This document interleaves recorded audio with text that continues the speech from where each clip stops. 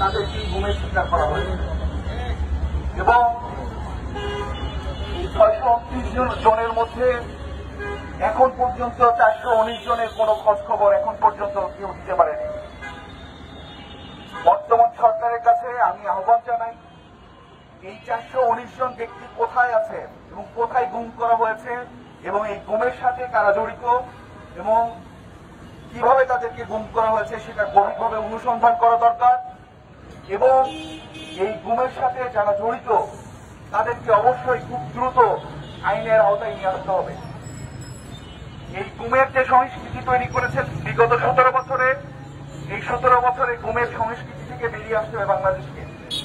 আপনারা জানেন যে ইতিমধ্যেই আমাদের প্রধান উপদেষ্টা ডক্টর ইউনূস গুমের বিরুদ্ধে একটি স্বাক্ষর করেছেন এবং তিনি অবশ্যই ব্যবস্থা গ্রহণ করবেন। আমরা চাই এবং দাবি জানাই ওনার যেন দ্রুত ব্যবস্থা নেয়। আপনারা জানেন পরিবারগুলো একজন একটা পরিবার থেকে যখন গুম হয় তখন তার পরিবার আসলে ধ্বংসের মধ্যে পরিণত হয়। তাদের যে ফ্যামিলি প্রধান যে উপার্জনের যে প্রধান ব্যক্তি ছিলেন তাকেই গুম করা হয়েছে এবং ওনার কারণেই পুরো ফ্যামিলি ভেঙে পড়েছে মানসিকভাবে এবং তারা চরমভাবে হতাশাগ্রস্ত। তারা জানেও না যে এই গুম হওয়া ব্যক্তিগুলো আসলে বেঁচে আছে না মারা গেছে। তারা কি করবে আসলে এখনো পর্যন্ত ভেবে কোল পাচ্ছে না। আমরা চাই এইসব পরিবারগুলোকে পুনর্বাসন করার ব্যবস্থা করা হোক সরকারিভাবে এবং এই গুম হওয়া ব্যক্তিদের অবশ্যই খুঁজে বের করতে হবে অথবা যারা এই গুমের সাথে জড়িত তাদের অবশ্যই আইনের আওতায় নিয়ে আসতে হবে।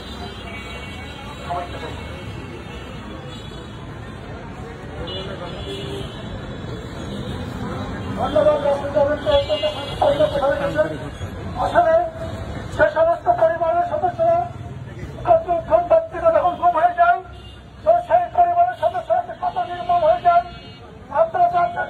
আপনি শুনে আশ্চর্য হবেন, একজন ব্যক্তি মারা গেলে তার মৃত্যু সনদ পাওয়া যায়। একজন ব্যক্তি যখন মৃত্যুবরণ করে পৌরসভা যে কেন মিউনিসিপাল তারা যে মৃত্যু সনদ পত্র থাকেন তখন তারা ব্যাংকে থেকে হোক তার জমি জমা হোক যে ওই উত্তর সরকারের যে জায়গা পাওয়ার কথা সেটা পাওয়া যায়। তুলে নিয়ে গিয়ে এমন একটা বন্দিশালায় বন্দি করে রাখে যেটা গোপন জায়গা, যার খবর গুটি কয়েক সরকারি ব্যক্তি ছাড়া আর কেউ জানে না। সেখানে তাদেরকে হাত পা বেঁধে চোখ বেঁধে একটা কবরের মতো ঘরের ভিতরে রাখা হয়, যেখানে আলো প্রবেশ করে না, যেখানে বাতাস প্রবেশ করে না, যেখানে বাইরের আওয়াজ পর্যন্ত পৌঁছাতে দেওয়া হয় না। সেখানে এমন বড় বড় ফ্যান লাগিয়ে রাখা হয় যে ঘর ঘর করে শব্দ করে, বাইরে কোনো আওয়াজও সেখানে পৌঁছে না।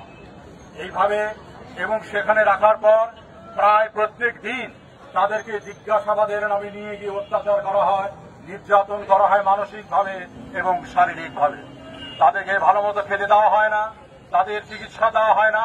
এইভাবে একদিন নয়, দুদিন নয়, মাসের পর মাস, বছরের পর বছর মানবেতরভাবে তাদেরকে বন্দী করে রাখা হয়। তাদের বিরুদ্ধে কোনো মামলাও দেওয়া হয় না, তাদের বিরুদ্ধে কোনো অভিযোগও দায়ের করা হয় না। তাদের পরিবারকে জানানো হয় না, পৃথিবীর কাউকে জানানো হয় না তারা কেন এইরকম এক দুর্বিষহ জীবনের শিকার হয়েছে। প্রিয় ভাইয়েরা আমার, এইভাবে বাংলাদেশে গত 15 বছরে 700-রও বেশি মানুষকে এইভাবে গুম করে কষ্ট দেওয়া হয়েছে। এদের মধ্যে অনেকে হত্যা করা হয়েছে, অনেকের খবরই জানা যাচ্ছে না তারা কোথায় আছে, তারা বেঁচে আছে না মারা গেছে।